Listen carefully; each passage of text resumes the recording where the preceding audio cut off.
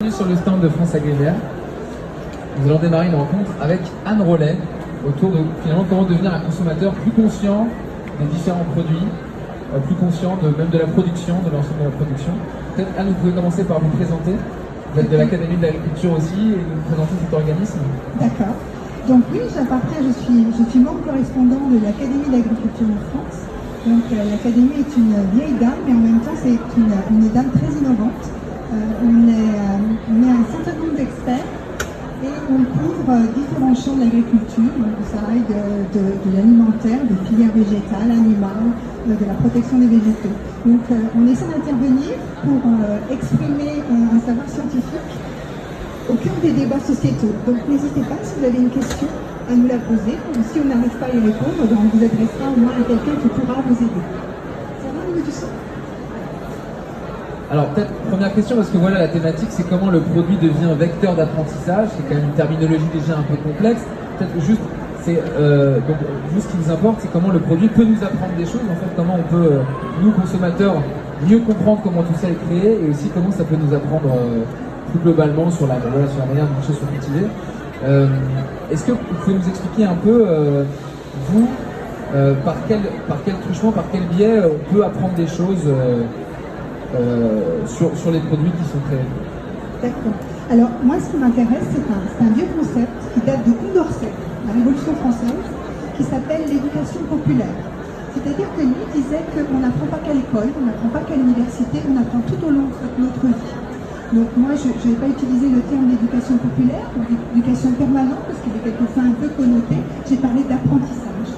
Donc ce qui est intéressant, c'est d'être dans une stratégie d'apprentissage, d'avoir envie d'apprendre en tant que consommateur pour justement faire changer le monde dans lequel on est. Et je trouve que l'alimentation, c'est central et la production agricole est également centrale dans nos vies. Donc ce qui va m'intéresser, c'est comment le consommateur va apprendre relativement à ce produit. Et alors, c'est vrai qu'avant, on a souvent vu justement des fermes agricoles, certains agriculteurs faisaient venir des personnes dans leur ferme pour leur apprendre des choses, comment elles devaient cultiver. Maintenant, on est un peu au XXIe siècle, il y a d'autres manières. Du coup, peut-être que vous pouvez nous parler de comment aujourd'hui, avec le digital, on peut retrouver un peu cette tradition d'apprentissage sur la ferme et sur la production agricole. Alors, pour apprendre, il y a différentes manières d'apprendre, et entre autres, on apprend beaucoup par imitation. Par exemple, la cuisine, on va apprendre en regardant comment l'autre cuisine. La taille des arbres fruitiers, on va apprendre en regardant comment l'autre taille. C'est pas quelque chose qu'on peut apprendre assis sur une chaise. Donc, le problème, c'est qu'avant, effectivement, on était assez proche du consommateur et le producteur. Puis maintenant, par exemple, au terme des appellations d'origine contrôlée, on a des produits qui sont vendus à l'autre bout du monde. Donc, le consommateur est très éloigné. Et ce qui est intéressant, c'est que le digital va permettre aux consommateurs et aux producteurs de se rapprocher. Donc ils vont se rapprocher parce qu'ils vont pouvoir avoir par exemple des forums sur lesquels ils vont pouvoir discuter. Ils vont pouvoir avoir des tutoriels sur lesquels on va pouvoir expliquer des pratiques. Ils vont avoir des espaces de discussion où ils vont pouvoir échanger. C'est très important le fait que le producteur soit en contact avec le consommateur et que le consommateur soit en contact avec le producteur. Donc ça veut dire qu'on n'est pas forcément dans une logique de circuit court. On peut tout à fait utiliser les grandes et moyennes surfaces ou les industries agroalimentaires comme caisse de résonance. Parce qu'elles aussi, elles ont besoin de contenu pour parler aux consommateurs. Et de quel contenu elles ont besoin? Elles ont besoin de savoir comment on produit un produit, d'où est-ce qu'il vient, quelle est sa saisonnalité, quelles sont ses caractéristiques en termes de goût, etc. Et alors nous, en tant que consommateurs, comment on fait pour savoir, oh, voilà, moi je suis consommateur, je vais sur Internet, j'ai envie d'en savoir plus sur certains produits. Vers quel site internet je vais aller, comment je peux savoir lesquels sont pros, lesquels sont amateurs et auxquels me fier? Alors c'est vrai que c'est un grand problème, c'est que par exemple, le savoir qu'on a sur internet, il y a vraiment des savoirs qui sont de piètre qualité, qui sont même immoraux. Donc il va falloir trouver des connaissances de qualité. Donc il va falloir s'adresser, être sûr que l'information qui nous est donnée est une information de qualité. Alors, dans les sites internet, par exemple, il y a beaucoup de travaux qui sont faits avec les chambres d'agriculture qui vont créer des sites internet pour présenter, par exemple, Ardèche Ledoux ou des conseils généraux qui vont présenter des grandes marques. Et à l'intérieur de ces marques, on va avoir aussi des démarches commerciales des agriculteurs. Donc bien sûr, le but de l'agriculteur, c'est pas de nous former, c'est pas à lui à être pédagogue. Ce qu'il doit, c'est de gagner de l'argent en vendant ses produits d'une manière moderne. Donc il va pouvoir s'appuyer sur l'ensemble, ce qu'on appelle un écosystème, donc l'ensemble des acteurs qui vont fournir une information de choix. Et c'est vrai que les gens des chambres d'agriculture, par exemple, les gens des stations d'expérimentation, ils ont un savoir particulier, un savoir d'aide au développement, donc ils savent bien transmettre un savoir qui permet aux hommes de grandir. Alors ce savoir, ils l'ont plutôt fait par rapport aux producteurs, donc ils travaillent beaucoup sur comment aider le producteur à remettre le client, le consommateur, au centre de sa stratégie, mais il y a tout un travail à faire aussi sur les consommateurs. Alors, deux questions du coup aussi, parce que, alors, un peu en parallèle, c'est la première, ce serait, est-ce que du côté producteur, est-ce qu'il y a des personnes, des producteurs qui eux-mêmes ont déjà un désir de transmettre, c'est-à-dire même au-delà d'être producteur et de juste vouloir vendre, ils ont aussi envie de montrer leur démarche. Et côté consommateur, parce que d'accord, ça a été cette histoire de, on aime bien que le consommateur s'éveille, mais ça part aussi d'un désir, personnel, individuel du consommateur. Est-ce que les deux, vous voyez beaucoup, sur lesquels c'est plus compliqué de travailler, puisque vous les voyez tous les deux? Est-ce que je vous laisse savoir. D'accord. L'important, je pense que, moi je suis enseignant-chercheur, donc c'est-à-dire que mes élèves, je leur dis bien que si avec moi ils veulent rien apprendre, ils n'auront aucun problème, ils n'apprendront rien. Il faut vraiment être dans une stratégie d'apprentissage, avoir envie d'apprendre pour que ça marche. Et donc par exemple au niveau des producteurs, eh bien, il y a des sites internet que vous connaissez peut-être, qui s'appellent Buffet Producteur, et donc où ils présentent les différents produits pour vous permettre de créer des buffets. Leur but c'est de vendre, ce qui est tout à fait normal, mais en même temps, ils vont tout à fait accepter dans la rencontre avec vous de vous expliquer leurs produits, les différentes qualités de leurs produits. Donc il va y avoir toujours des espaces de rencontre. Par exemple aussi, il y a d'autres sites, je parle de ferme en ferme, où les producteurs, leur but c'est tout à fait normal, c'est de vendre leurs produits. On est dans un monde où l'argent permet quand même de vivre, mais ils vont accepter de recevoir des consommateurs sur place pour pouvoir discuter de leur choix de production, pour pouvoir leur expliquer comment ils font, pourquoi par exemple ils sont en lutte raisonnée, ou pourquoi ils ont choisi tel type de production relativement au sol qu'ils ont, parce que c'est extrêmement complexe la production agricole, entre les sols argilo-marneux, calcaires. Donc ils vont permettre aux consommateurs ce face-à-face avec l'outil de production. Et puis, alors, par rapport à votre question, je pense que quand on est face à quelqu'un qui apprend, eh bien nous, on a envie d'apprendre. Donc si on a un mouvement de la part du producteur qui veut nous transmettre un savoir, que nous, on est prêt à écouter, à transformer le mode de production, eh bien, ça va créer une sorte de cercle vertueux.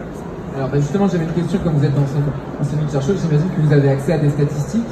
Est-ce que vous avez pu remarquer, même d'un point de vue purement commercial, que le fait qu'il y a un lien renforcé entre producteur et consommateur, je ne sais pas, justement, un consommateur qui a appris ce que c'était que le phytoraisonné, il sait que maintenant, voilà, il se dit, tiens, c'est un producteur phytoraisonné local que j'aime bien, et le fait qu'il ait compris la démarche du producteur, ça augmente les ventes aussi, parce que même, je veux dire, d'un point de vue purement financier, c'est intéressant pour les producteurs d'être pédagogues.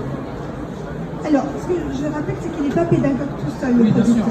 Le but du producteur, c'est d'avoir un site commercial dans sa démarche commerciale. On ne peut pas demander à tout le monde d'être pédagogue. Mais il va s'entourer d'un ensemble d'acteurs, puisqu'il y a quantité de sites internet qui vont parler des régions, des produits, et donc il va bénéficier de cet effet de levier.